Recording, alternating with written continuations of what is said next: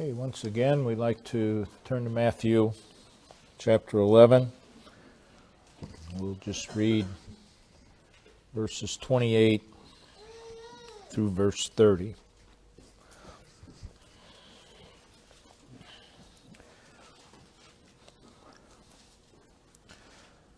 Come unto me, all ye that labor and are heavy laden, and I will give you rest. Take my yoke upon you, and learn of me, for I am meek and lowly in heart, and ye shall find rest unto your souls. For my yoke is easy, and my burden is light.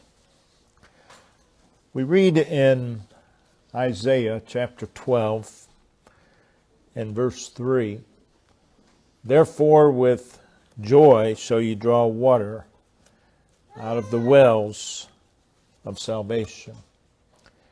And what we read here in our text is one of those inexhaustible wells of salvation from which we are to always be drawing.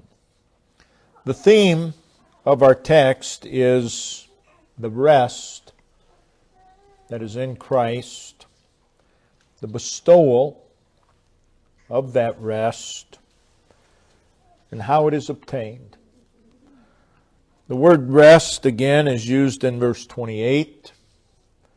It is again used in verse 29. So what we read here addresses the problem of restlessness, the problem of unfulfilling, empty, unsettled, exasperated lives. And what we read here are words of invitation. They're words of instruction. They're words of promise concerning release from restlessness. So they are words of solution. They are words of cure. And therefore, they are words of necessity. And they're useful words and beneficial words. So we want to speak this second message on Christ's answer to a life of weariness. We've already seen that there is such a thing as spiritual restlessness. We've seen some of the causes of spiritual restlessness. And we see that there is such a thing as rest. And what we read here is how that you and I, children of God, can obtain this rest, the very peace of Jesus Christ. Verses 28 through 30, there's a tone of simplicity in the words, but they're very profound words. Though they are simple words, they contain a mine of wealth for each one of us. They're very familiar words to most of God's people. So familiar that they usually receive superficial treatment. They're not words that are really looked into. People do not enter into the depths of what we have here. And once again, more often than not, these words are preached as an invitation to unsaved sinners. And again, they're most certainly that.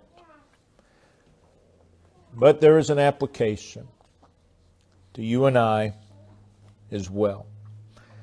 Come unto me, Again, that's the need of every unsaved sinner. That is also the need of every child of God. Come unto me. There is such a thing as living a life possessing and enjoying the very rest of Christ. Again, Colossians 3:15, let. That's something we do. Let the peace of God rule in your hearts. And what we read here is our foundational words. If we're going to live life possessing and enjoying the tranquility and the calm, the composure, the contentment of Jesus Christ.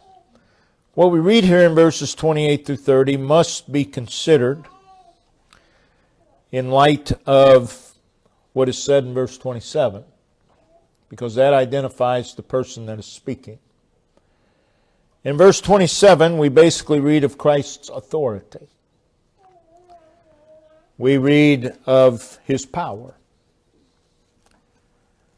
His position, His sufficiency, and we read of the fact that He reveals the Father. In all of these things, and this is the one who says, come unto me, all ye that labor and are heavy laden, and I will give you rest. So if we're going to have this rest, speaking to God's people, first, we must come unto Him. There has to be a drawing near to Jesus Christ. And if we're going to continually possess this rest, there has to be a staying near to Jesus Christ. So we hear Jesus, the one described in verse 27, the one who has all, the revealer of the Father. And He says, come unto me. He's looking at the multitudes. They are sorrowful. They're suffering. They're living restless, tired, weary, heavy-laden lives. And He says, come. Come unto me, all ye. So it's basically, come unto me, or come yourselves to me.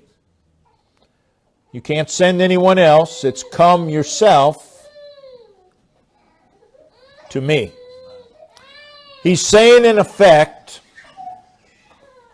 based upon verse 27, I am and I have everything that you could possibly need. And if you will come to me, based on verse 27, I will reveal to you the Father,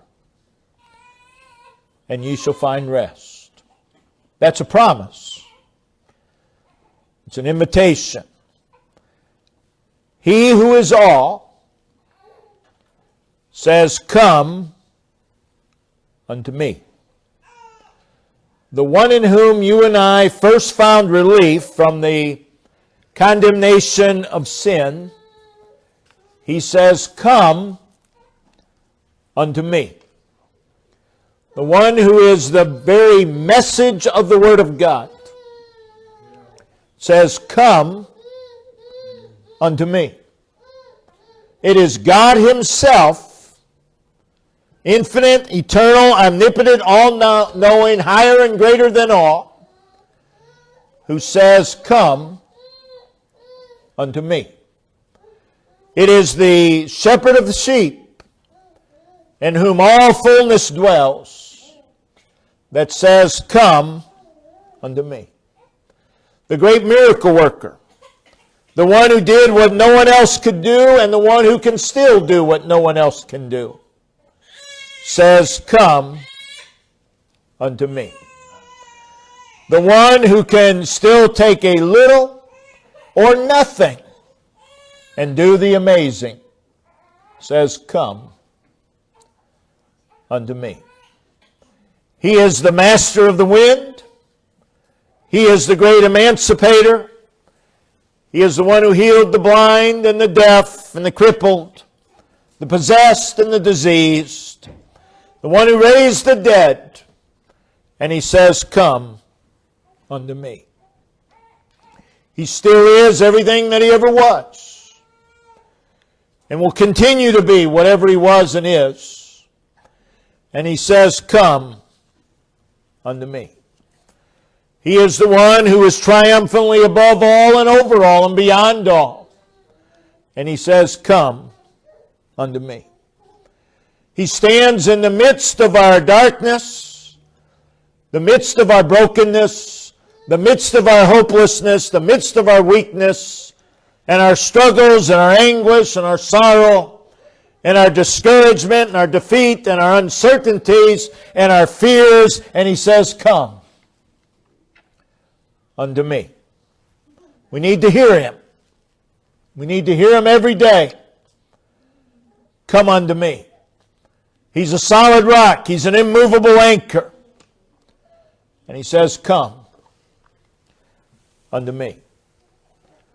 It is a call to believe. We do not come to Christ unless we believe. So it is a call to believe.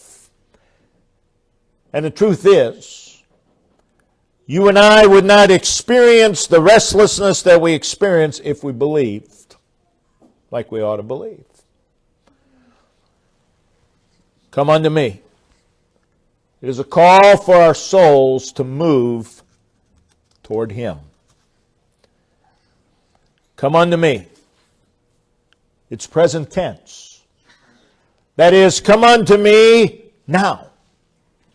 Right now. Do not wait. Do not hesitate. Do not linger. Come now at once. Come immediately. Come without delay. Come unto me. It does not come when you think it's most convenient. It does not come when it best fits into your plans. It is simply come unto me. You tell someone who is constantly in a state of spiritual restlessness. You tell them, Christ says you need to come unto me. Those who live in a constant state of spiritual restlessness will get upset at those words. It's almost like they want to live in a state of spiritual restlessness. Come unto me.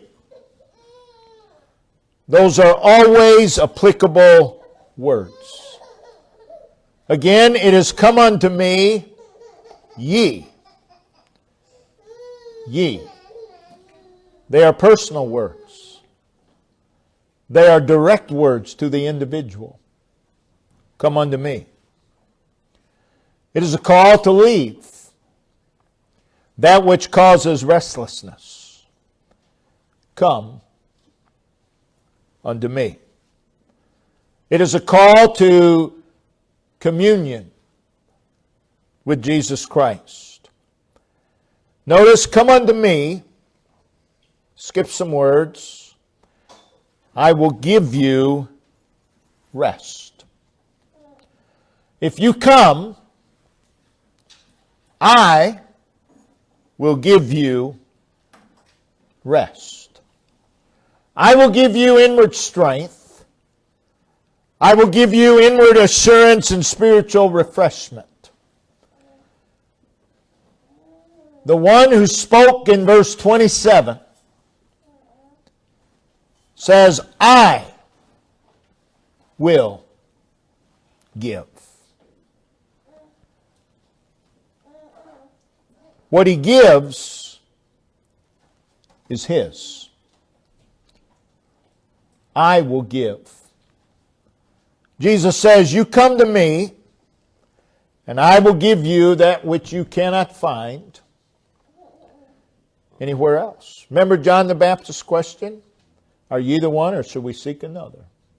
No, never seek another. Come unto me, and I will give you rest. I will give you. The you is you that come. It's not referring to those who don't come. I will give ye, those who come. Come unto me, and I will give you rest. That is, come unto me right now, believing on me, trusting in me, getting yourself away from yourself, and forgetting all hope that you have in yourself, and so coming, I will give you rest. That's a promise. That's a promise. Someone will say, well, I did that and it didn't work. No, you didn't. No, you didn't. You didn't do it. You may have thought you did, but you didn't. Because if you come, He'll give you rest. It is come to the one who is set before you. In verse 27. And again, it's foundational. This coming to Christ, this drawing near to Christ, is foundational to the rest that He gives and that which follows. Notice the second thing. We are to come, we are to submit to the rule and way of Christ.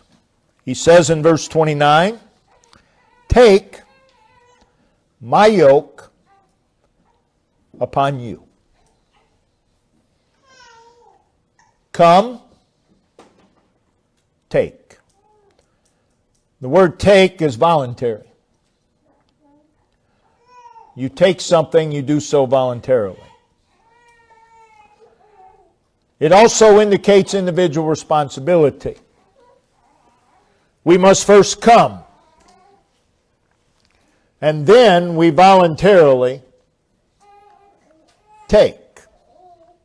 In other words, coming puts us in a position to take His yoke. Unless we come, we cannot take His yoke upon us.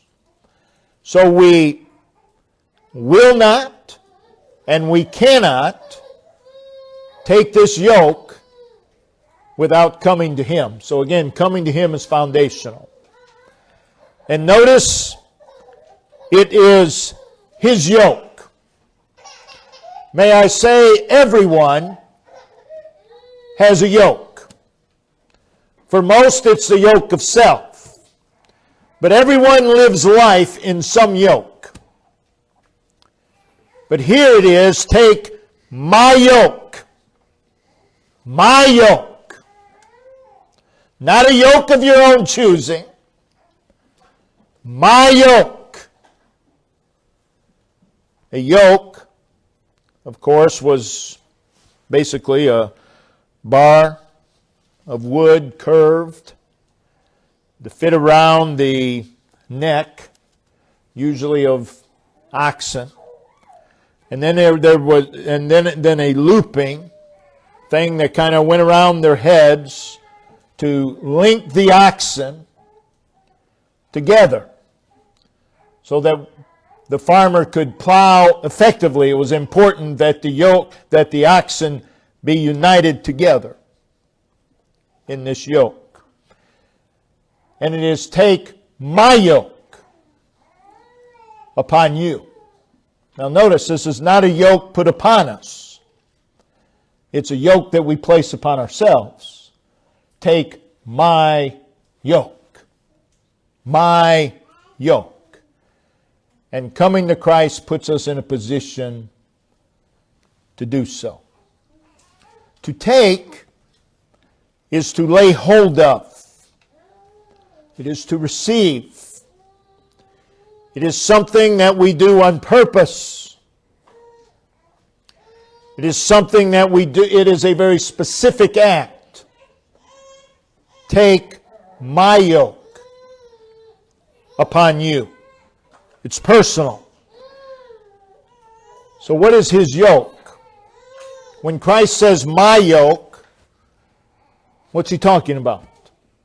We need to know, because that's the yoke we're to take upon ourselves. Well, it's what He was submitted to. It's what dominated Him. It was the reason, the motive, the aim, the impulse, the passion, the driving force of everything that He did. The very first recorded words of Jesus are found in Luke 2, verse 49.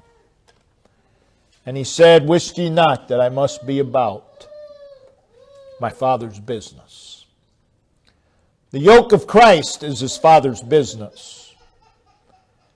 We read when He appeared, when He entered into His public ministry, He said in John 4, verse 34, "My meat is to do the will of Him that sent me." God's business, God's will, God's glory is what constituted the yoke of Jesus Christ.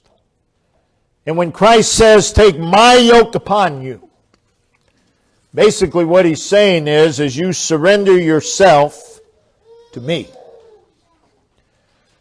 you submit to my rule,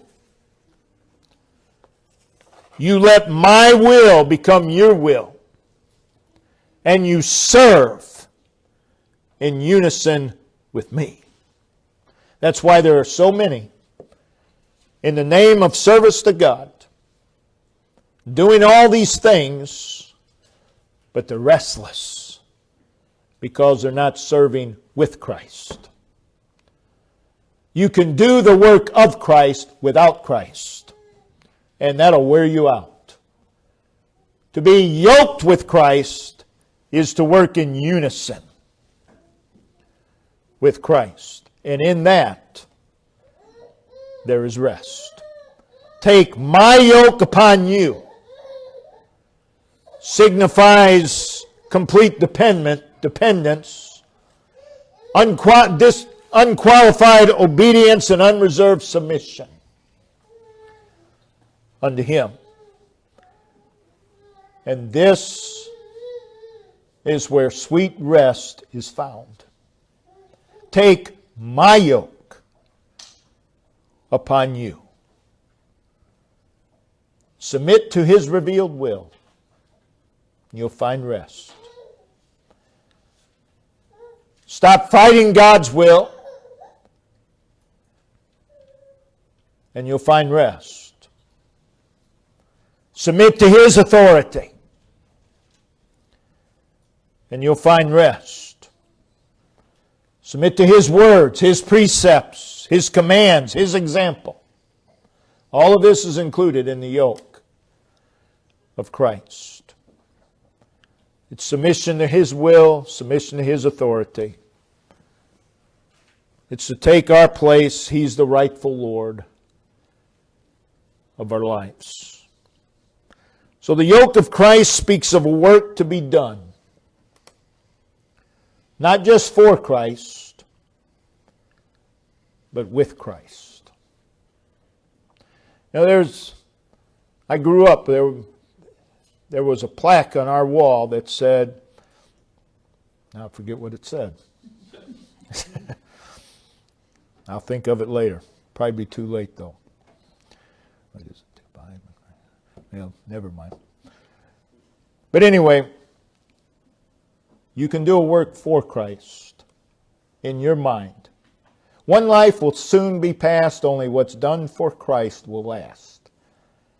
That's not true. I saw that. It was only about this big. I saw that all my childhood. But it's not so. Because you can do a lot of things for Christ. That doesn't mean you're doing it in the right spirit. That doesn't mean you're in the will of God. That should say, one life will soon be past, only what's done through Christ will last. You say, well, you're nitpicking. Well, maybe so. But the one just isn't so. Because there's a lot of religious people who do a lot of things if you ask them, well, I'm doing it for Christ. But it doesn't amount to anything. Because He's not with them. There has to be union with Christ. Take my yoke upon you. So in yoking oxen together, they would typically take the stronger ox with a weaker and more inexperienced ox. The reason for doing that is the stronger ox dominates and takes control, takes upon himself the leading role. Otherwise, the weaker ox would shift in the wrong direction, wiggling and moving out of control, trying to do its own thing. That's us. We're the weaker ox. That's what we'll do. But there's the stronger ox. And he dominates. And that's what it means to take my yoke upon you. He's the stronger one. And he is to dominate our lives. How many of God's people spend their lives determined to do things their way? Even if they're going to serve God, I'm going to do it my way. And they live lives of spiritual restlessness. Take my yoke upon you. Thirdly, there's a following in the way of Christ. Notice verse 29. And learn of me. We are to learn from Him as our teacher, and we are to learn Him. In other words, He is both the teacher and the lesson. Learn of me. The most important lesson you and I can learn is Christ. He's the lesson. He's the teacher, but He's the lesson. To learn of Christ is to become a disciple of Christ. Coming to Christ puts us in a position to take His yoke upon us. Taking His yoke upon us puts us in a position to learn of Him. You see, there are people today who are trying to learn of Him, but they've never come to Him and they've never taken the yoke. You're not in a position. Oh, you can learn about Him, but you're not in a position to learn Him unless you come to Him, unless you're near to Him, unless you take His yoke upon you. Now, having done that, you are now in a position to learn Him. To learn Him. And that's Christianity. It is to learn Christ.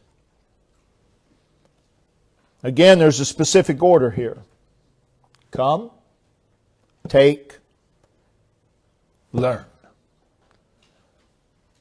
No taking of His yoke without coming to Him. No learning of Him without taking His yoke. Notice it is learn of me. That's more than intellectual learning of Christ. Just a mere intellectual learning of Christ will not give you rest. This learn of me is more of an effectual, transforming learning. Learn me. So much so that you become like me. Learn Christ. So much so that we become like Christ. And that's where we find rest. Now notice, it is, learn of me, for I am meek and lowly in heart. It's learning Christ. It's learning of His meekness. It's learning His humility. So much so that we become meek and humble. And when we learn Christ in that way, ye shall find rest unto your souls. So what is this meek and lowly in heart? Meekness, people make meekness and humility one and the same, and they're not. They do go together. Where there's one, there'll be the other, but they're not the same thing. Meekness is the opposite of self-will.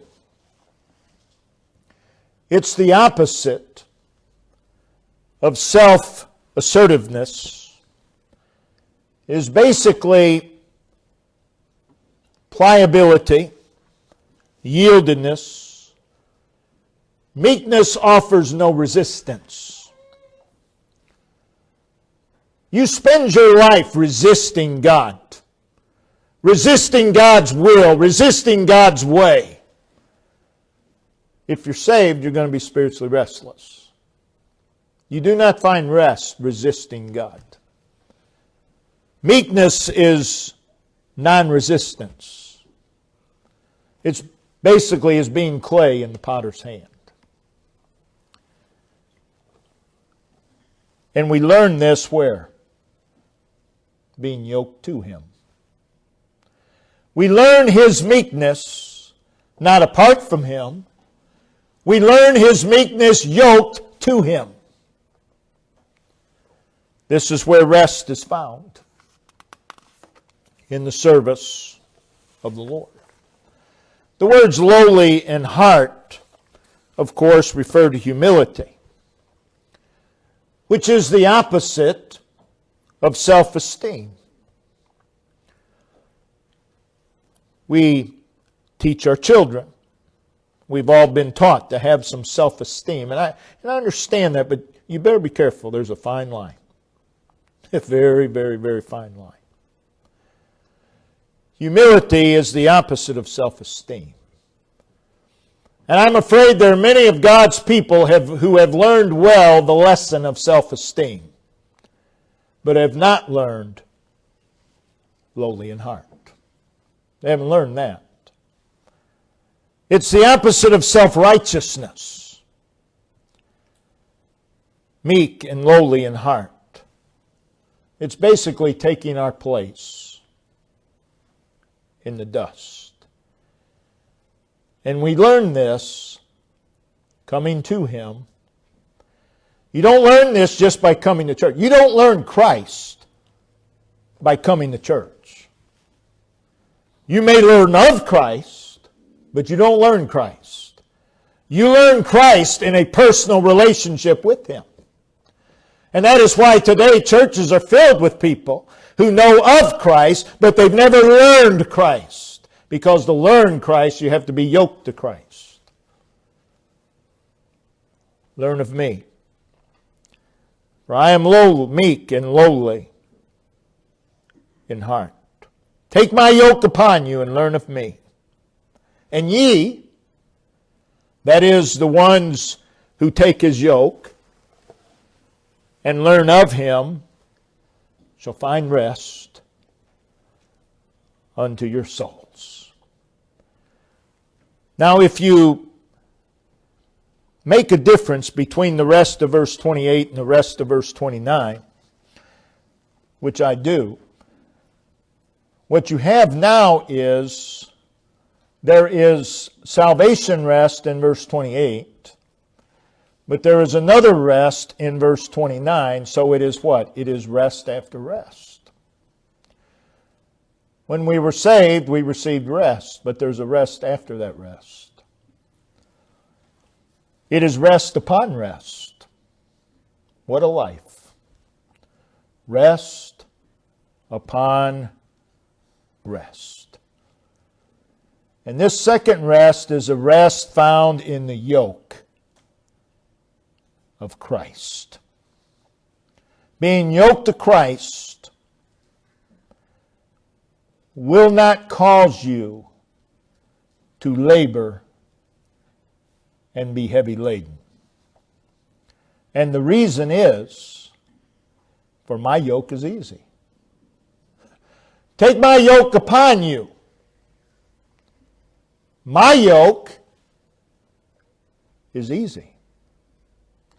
Oh, it's so hard today to serve God. Oh, it's so hard. It's so difficult. You're not doing it right.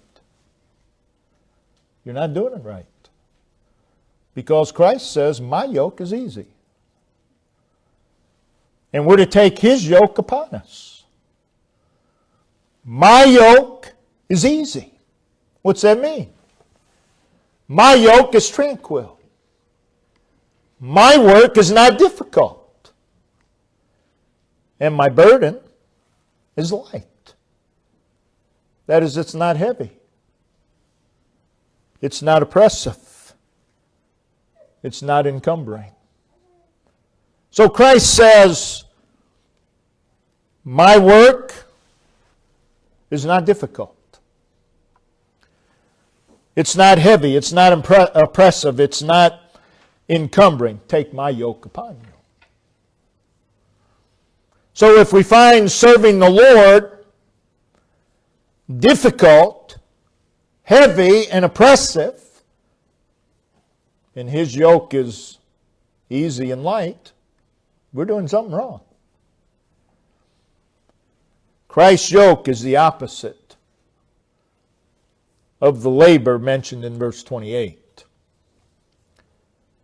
And that labor in verse 28 is a labor in and of ourselves. Yeah, you try to serve Christ in your own strength. That's difficult. That's hard. That's oppressive. But Christ says, my yoke's easy. So if it's not easy, you've got the wrong yoke. Christ's burden is the opposite of the heavy laden. The heavy laden is that which is trying, exhausting, draining, crushing, punishing. There are those who serve the Lord in their own strength, and it's punishing to them. There's no rest. It's weary. But the yoke of Christ is not oppressive.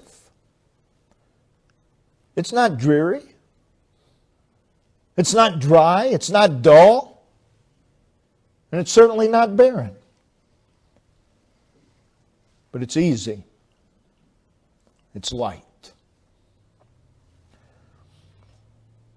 Yoked to Christ,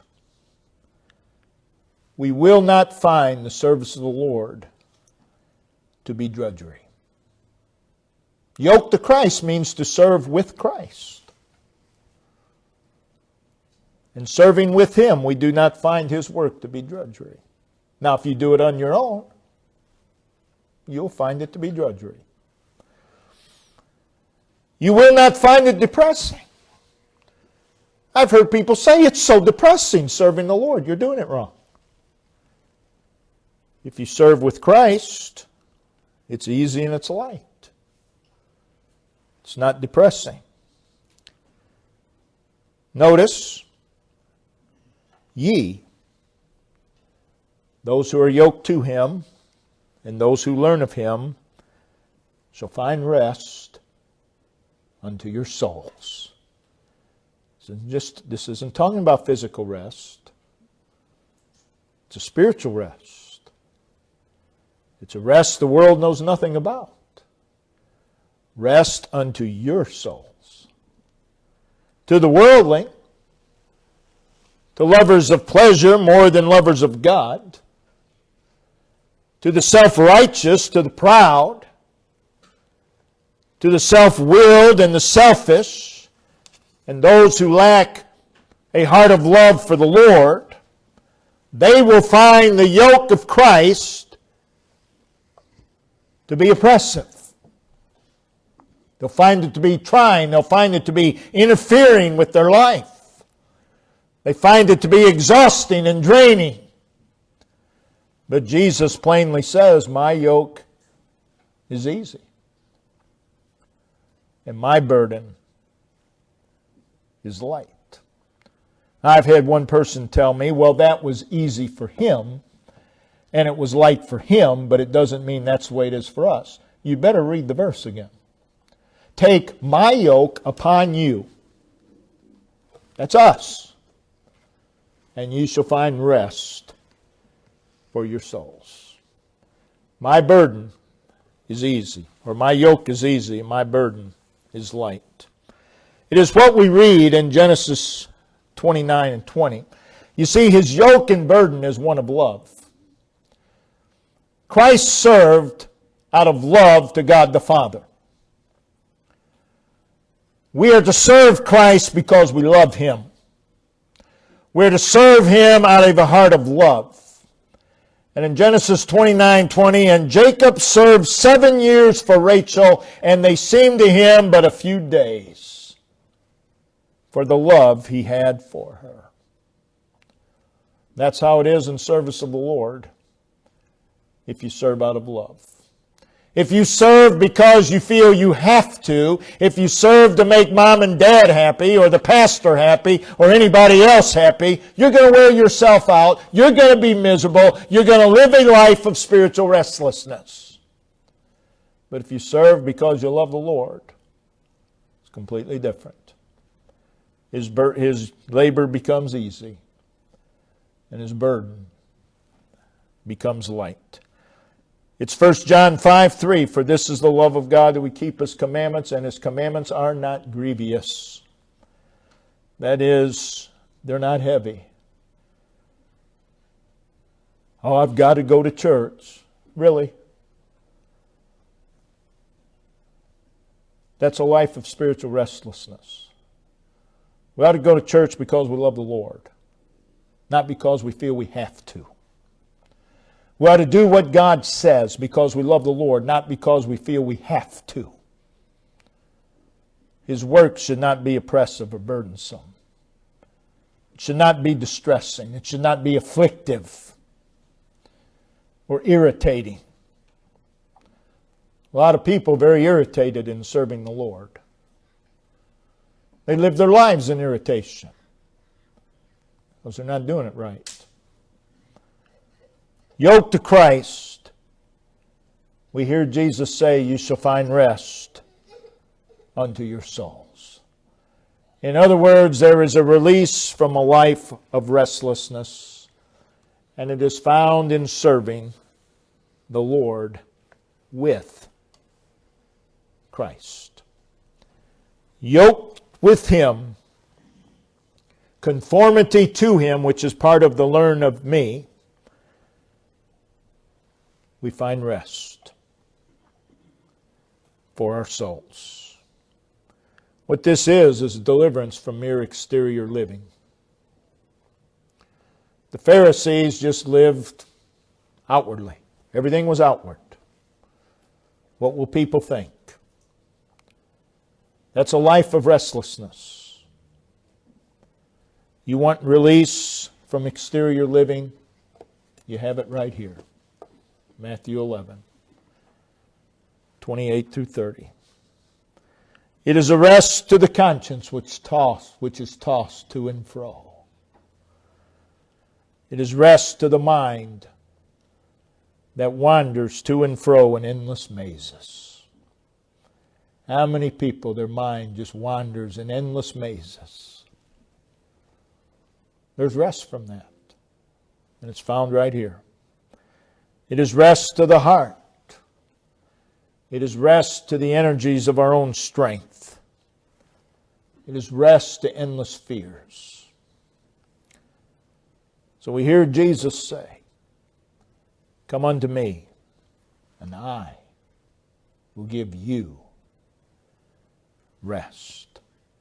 Take my yoke upon you, and learn of me, and ye shall find rest unto your souls. These steps will not only provide rest,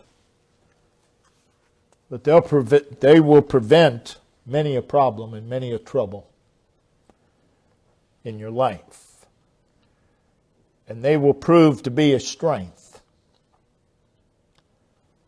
in trouble. The reason people are spiritually restless is not because of circumstances or other people. That's not the reason. The reason is because you don't follow these steps. That's the reason. So people who are spiritually restless and they blame their restlessness on circumstances and they blame their restlessness on other people, what do they expect to happen? They expect their circumstances to change and other people to change, and then I'll have rest. Well, what about, here's a novel idea, change yourself. Because that's what this is all about. Come, you take, you learn, and you shall find rest unto your souls. And what that means is you do these things, you come, you take, you learn, and you will be more spiritually. You shall find rest unto your souls. Now notice in our text, in closing, there are 5 pronouns referring to ourselves. Verse 28, you have ye and you. In verse 29, you have you, ye, your. So what we read here refers to us individually. It concerns ourselves. But notice also there are 7 pronouns referring to Christ. And they relate to us. He says, me, in verse 28.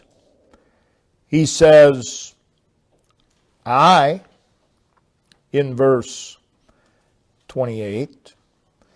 Verse 29, he says, my, me.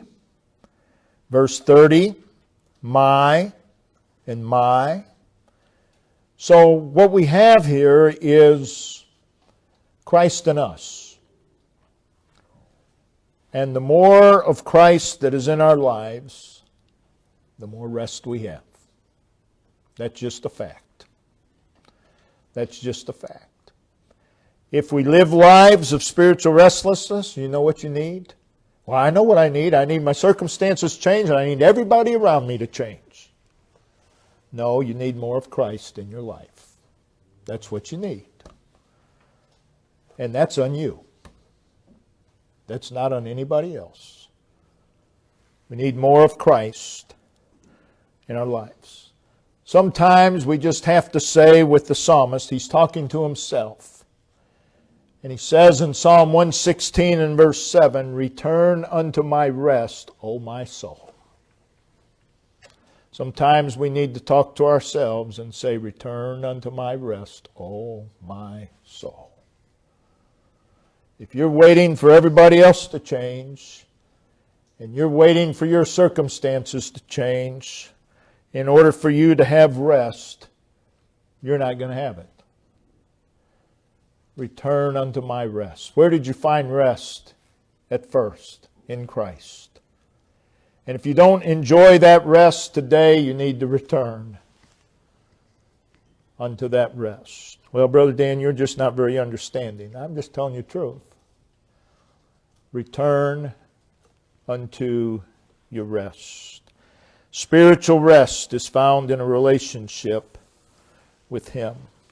I read this somewhere, I don't remember where, but it says Christ can make the rest of your days be the best of your days if He is the rest of your days. Oh, how true. If you want rest, you need more of Christ in your life. Brother Dave, if you'd come and lead us in a verse of song.